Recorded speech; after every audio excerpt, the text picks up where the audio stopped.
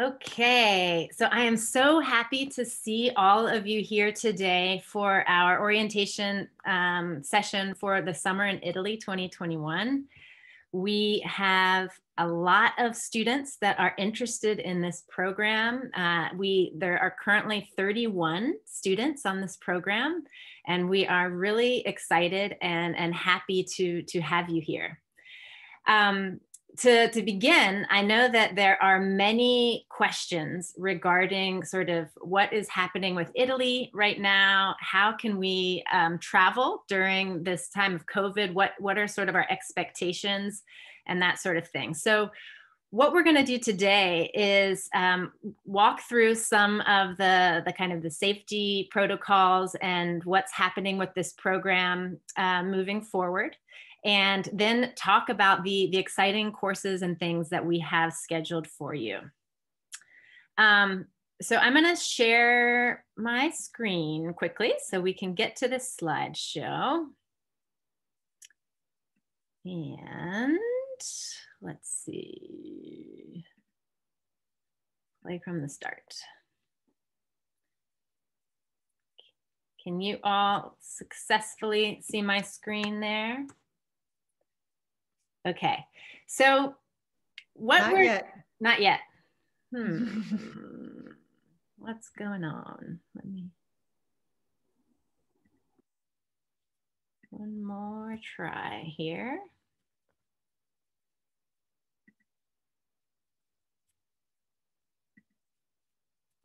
How about now we can. Now you can? Okay, there we go. All right, that works? Okay, good. So currently, as you all know, we have gone through a really stringent process of review for this program with Tulane.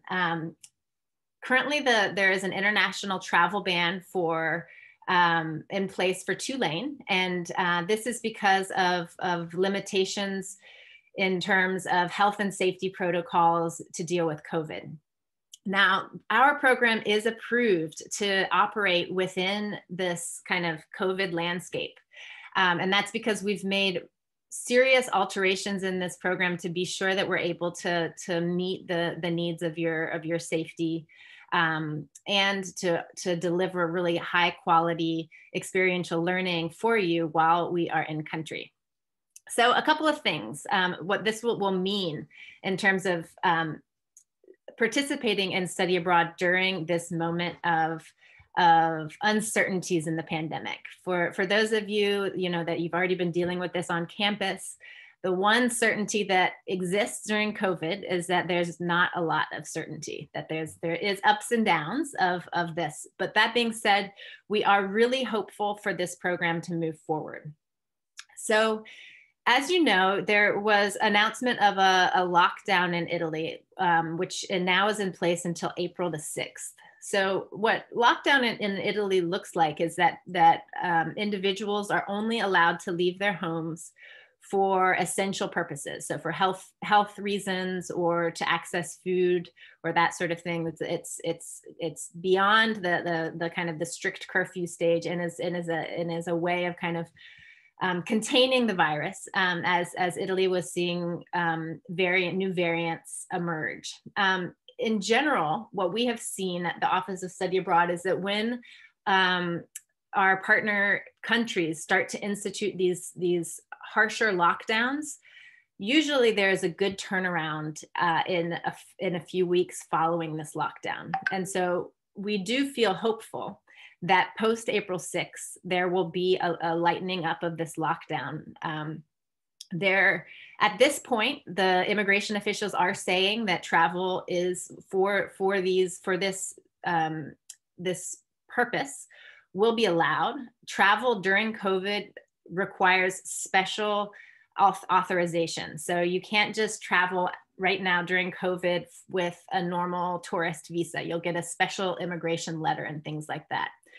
So what we are doing is we're going to await, again, this program we'll have to sort of wait until April the 8th. So post the 6th lockdown to see what the government announcement is for 100% certainty of, what is the next step. So I will continue to kind of keep you updated on that.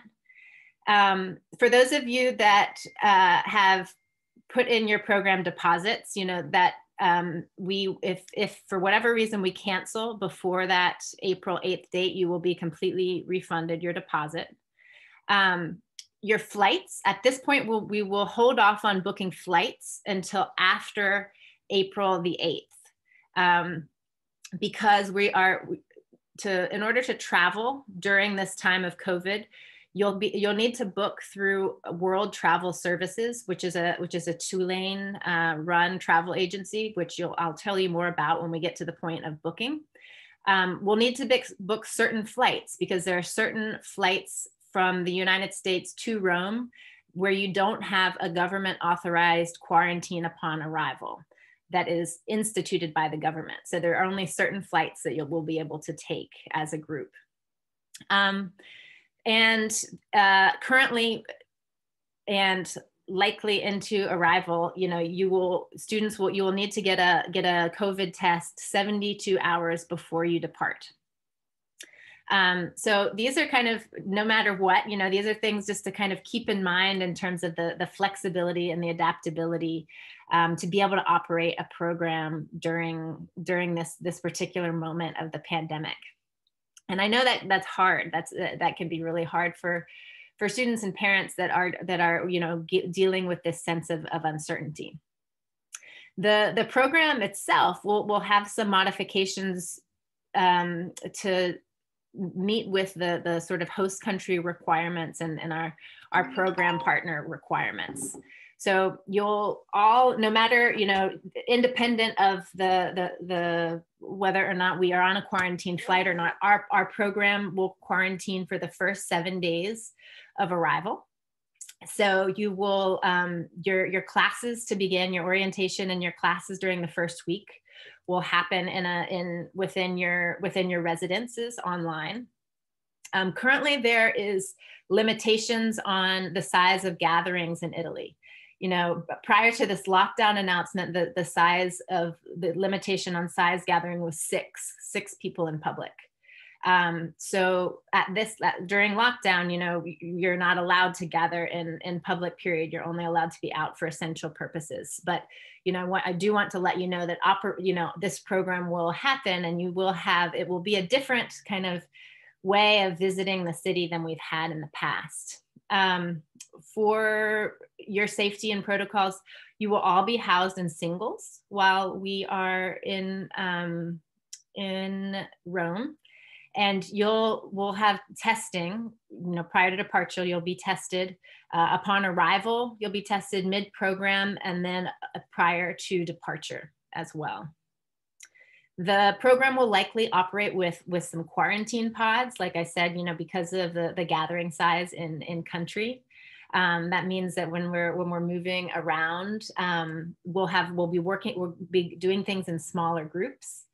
And that there's a lot of benefits to that. You're going to have closer contact with your faculty members, closer contact with me, closer contact with different speakers or guides that we work with on site. So you'll really have a chance in a smaller group to interact in that sort of ways. But it is important that you kind of are keeping with those norms. The current situation in Italy is that we will see what the new regulations, nationwide regulations will be, but likely there may be a curfew when we're in country. Prior to this lockdown, the curfew was from 10 p.m. to 5 a.m. And there are fines for violating those curfews. So that's a little kind of snapshot of what you can expect to see in terms of kind of the difference of operations during COVID. And I know I just threw a ton of stuff at you, and you guys probably have your own kind of safety questions or questions about sort of operations or what to do next.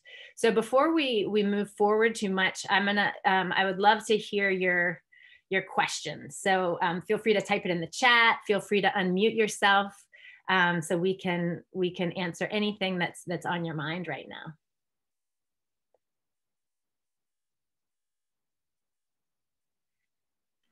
Would quarantine pods be divided up by like what class you're in, or would it be more random? Yeah, that's a really good question.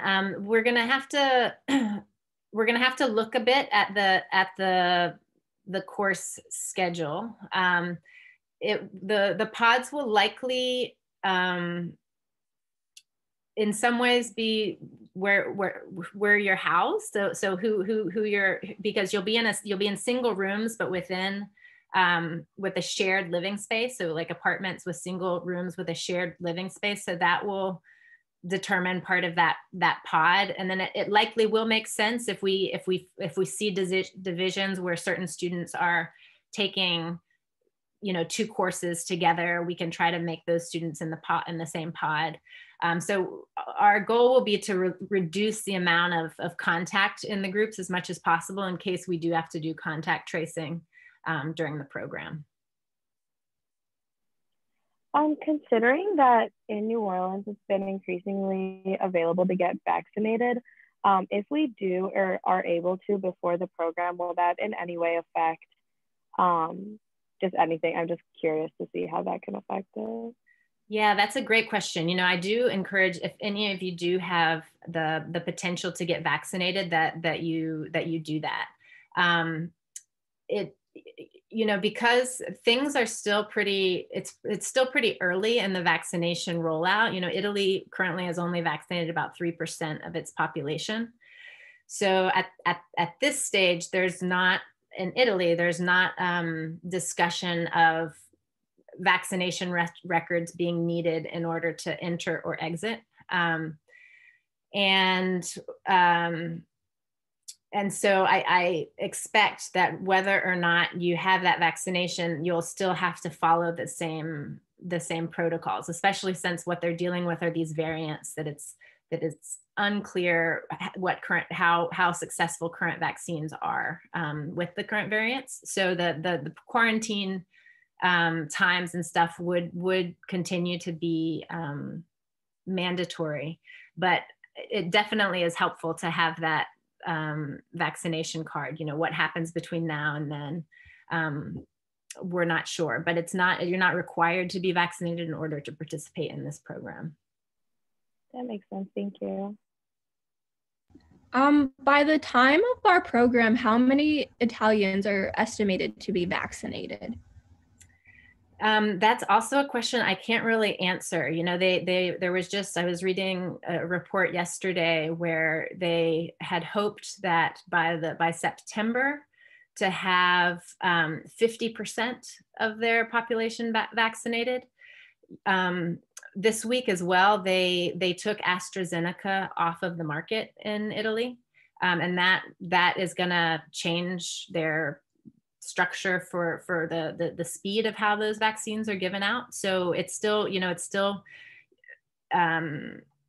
unclear. And so part of the learning on this program will be thinking about how other countries are dealing with this as a public health crisis, and thinking about equity in terms of vaccine distribution globally. At this point, a lot is still unclear. In fact, part of the airport right now is being blocked off for vaccination, giving vaccinations. So it's, you know, it's really, we're really doing this in a moment where we're really seeing firsthand how Italy is responding.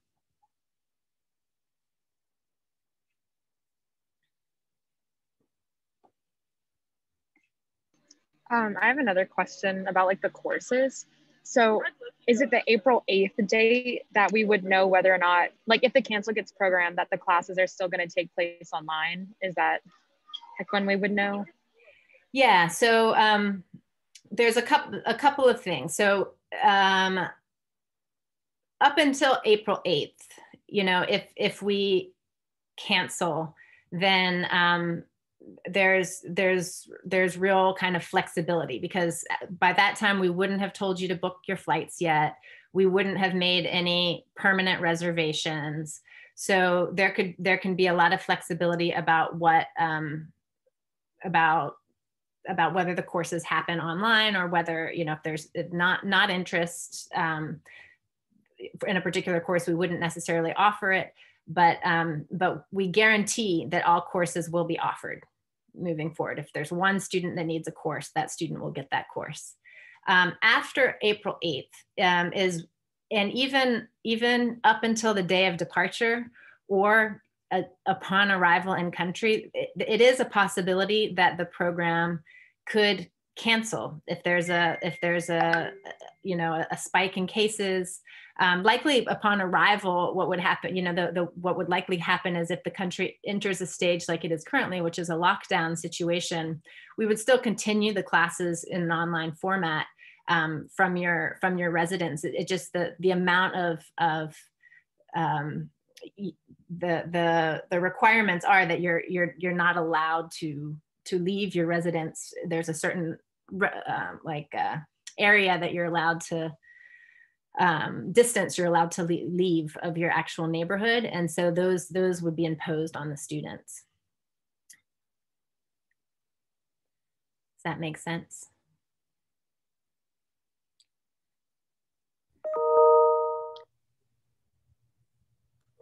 I'm looking in the chat. There's some questions about housing things. So the housing is still a bit in the air in terms of how many. So the apartments that we're looking at in general, there are 4 singles with a shared living and kitchen space. So likely that will be that's what you're looking at. And in terms of being able to choose, who you're with and within those spaces, we can, when we get to that stage of housing, we can do our best to sort of work with you all and with students thinking about your classes. So we'll have a little bit of flexibility with that. This is the first time that this program will be offered in Rome. The program before was run in Ferrara.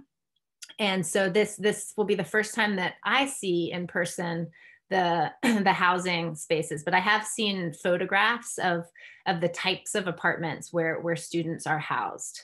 We'll be working with a study abroad organization called CIEE that is selecting the student housing right now.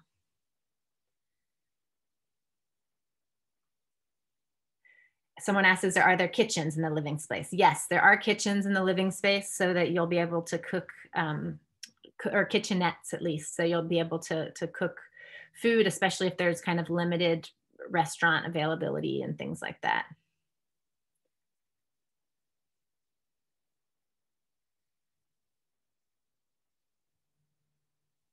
It's possible. Yes, we can. In terms of rooming, in terms of divisions by gender, we'll make sure that everyone feels comfortable in terms of where you're being housed.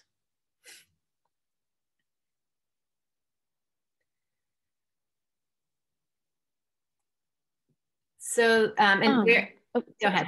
Let me, before, I'm going to take a little pause, and I would love, actually, I've been talking a lot, but I know who you really want to meet are your faculty members. So I'm going to turn it over now for a second so that you all can meet the 3 faculty members that will be part of our 4-person team on site. I'm sorry I didn't do that first. Here we go.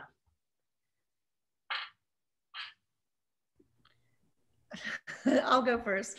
I have a couple of students on here too. So hi, it's good to see you and hear your voices or read your words in the chat box. I'll be teaching the Children's and Adolescent Lit course.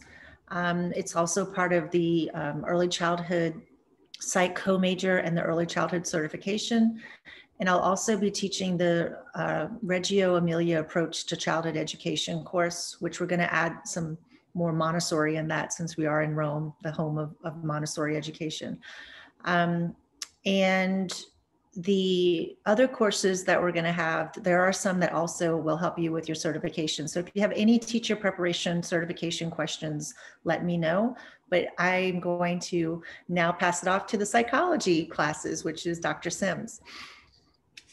Hi, everyone. My name is Alex Sims. I'm going to apologize now. My dog is losing his mind outside, and so he might come in and say hello in a minute. And life interruptions like that aren't uncommon for me. I'm actually, I'm a child psychologist by training. I'm part of the school psychology program faculty here on campus. My typical interaction with undergrad students is with large section abnormal psych, and I see some familiar faces and names. So I'm really excited that you're joining this program, even more so because now that we're going to be such a smaller group, I'll actually be able to get to know you a little bit better. I mentioned life interruptions just because I have 3 little boys who I love very, very much, but they tend to present and insert themselves in funny little places in my life. The last time this trip ran, because I have 3 little kids of different ages, I was able to integrate students interviewing them and observing them on playgrounds as part of child psych. They're not going to be on this trip. However, I think all of us, including them, even though they're 9 and under, are used to Zoom at this point. And so I'm going to be integrating some Zoom interviews with those little kids when the time comes. So I'm doing child psych as well as ed psych. Hi everyone, I'm Professor Holly Flora. I am the art historian on the trip. I am teaching Renaissance art history and also a course on museum education that can count for art history or for education, can kind of bridge the gap between those of you who might be in teacher prep and those of you who might be in art history. And a couple of things I just want to say about just in Italy, being in Italy general. I have not been in Italy since COVID, but I've been teaching and study abroad in Italy for about a dozen years, at least up until 2020. So I have lots and lots of experience of being on the ground in Italy. And I have to say that even though the COVID precautions might sound a bit daunting, I have a couple of things I would just kind of say about that on the Pollyanna positive side of things, is that normally when you're in Rome or in any touristy place in Italy, you are constantly confronted by throngs of people shoving around and filling the piazze, and you can hardly even see what you're looking at because there are so many people. We are going to have the opportunity to be there when the place is practically devoid of tourists, which I think is going to be a really historical moment. You will probably never get this opportunity again. And Rome itself is a museum. So even if we are on a sort of limited situation where we can be, can't be inside a museum, we can do so much in terms of art history just by walking the streets and looking at the ruins and the churches and all of that. So there is actually, Rome is in some ways the perfect kind of laboratory for this kind of COVID mitigated experience of study abroad. And I just want to mention too that I have 2 current TIDE students who are spring scholars, and they actually were in Rome last semester in the fall of 2020. And one of them actually still wants to come on this program, because even with all of the different, they had to quarantine, they had various stages of, not this as quite as lockdown as it is right now, but they had kind of, other varying stages of kind of rules enforced in Italy. They both would go back in a heartbeat. They both said it was an amazing, amazing experience, and it was 100% worth it. So, so I just, any of you who might be hesitating about, will this be worth it? Or is, what's it really going to be like? I really just think of this as being a really kind of once in a lifetime opportunity to take advantage of the smaller crowds and the kind of more close contact we're going to have, 6 feet apart, but smaller groups of us being together over there, and, seeing how Italy is dealing with this historic time. So, yeah, that's, any questions that you guys might have about art history or about kind of Italy generally. And I also just wanted to address one question that was in the chat about the quarantine on arrival. And we will eventually, yes, have classes in person. That is the plan. And in fact, what we've discovered is that for the most part, the first couple of days after arrival are kind of a wash anyway, because everyone is so jet lagged. The jet lag going that direction is pretty brutal, at least for me. So in some ways, the quarantine will give us the opportunity to kind of catch up on sleep, knock some of the in-class sessions out of the way, so that then we can really spend our time out in the streets and out on sites and really actually getting into the city when we have our best kind of energy. So even that might sound like, a disadvantage. I think we can also make that really work for us.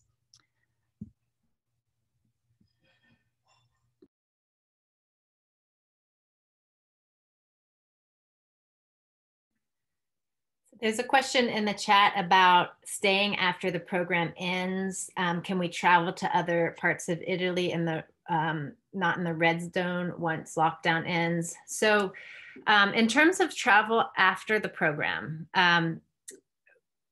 where you book your departure from program once the program ends is up to you. I will say that if you do plan to travel, you need to look very carefully at country regulations for entry. Most of Europe you cannot enter right now as a tourist. So don't, just as you're planning, think about that. And these rules and regulations can change very quickly. In terms of on-site, where and will you be allowed to travel? All of this at this time, we just have to wait a bit to see what the realities look like upon our arrival. We want you to have the fullest experience that you can, and we will do everything in our power that as we are constantly kind of thinking about and altering the experiential assignments that we will get you all to the areas that we think will make sense to enhance your courses. There may be limitations on where you're allowed to travel based on country regulations or based on program regulations for your safety and to be sure that you're able to return.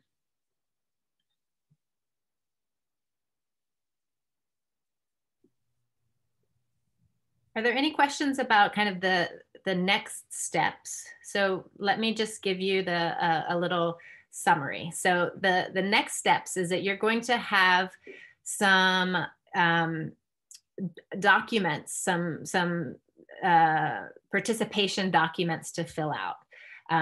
One of these will be, for example, a risk travel waiver for any student that is planning to travel at this current moment during the travel ban. This is a waiver form that you will sign, and you can sign back into your OSA application, and you'll find that there, and you can sign that. I'll be emailing you a reminder about this. The other thing that will happen is that you'll get an email with some instructions from our partner in country, who is CIEE, and they will have some documents for you to fill out as well. Those documents will be things that will help you, that will enroll you in your health insurance, which is going to be INEX. That's your traveler's insurance. You should stay enrolled in whatever your domestic insurance is, but you'll also get enrolled in INEX. It'll ask you to submit travel information and various documents that they need to coordinate our arrival. In terms of booking your flights, you're going to hold off on this. We're all going to wait until, and I'll be communicating to you guys early April about what that process will look like. You'll have a particular point person that will help you book your flights, your travel from your home destination. If for those of you that are awaiting the decisions on scholarships, OSA scholarship announcements will likely come out sometime at the end of the month, just as soon as we get the feedback from financial aid. So as long as you check the box and you signed the waiver to release that we can access your information, we'll be getting that information to you just as soon as we can, so that when we get to early April, and can book flights, you all can turn that around pretty quickly. And I think those are the main points, to not overwhelm you with logistics. So it's there'll be some documents that you'll sign. You'll get an email about it from me. You'll go back into the OSA portal. You're going to get a portal for CIEE with some more documents, and you'll just be holding for the flight for a little while longer.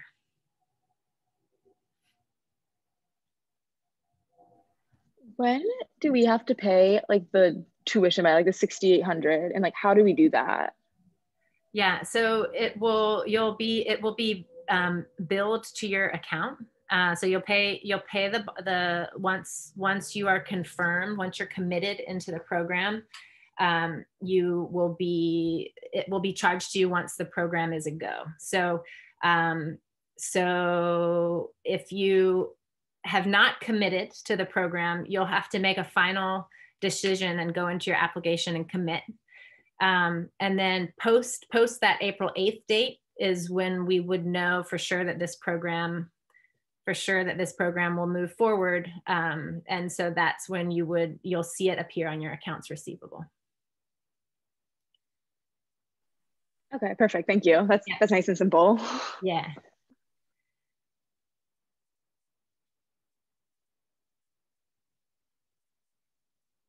Any other questions?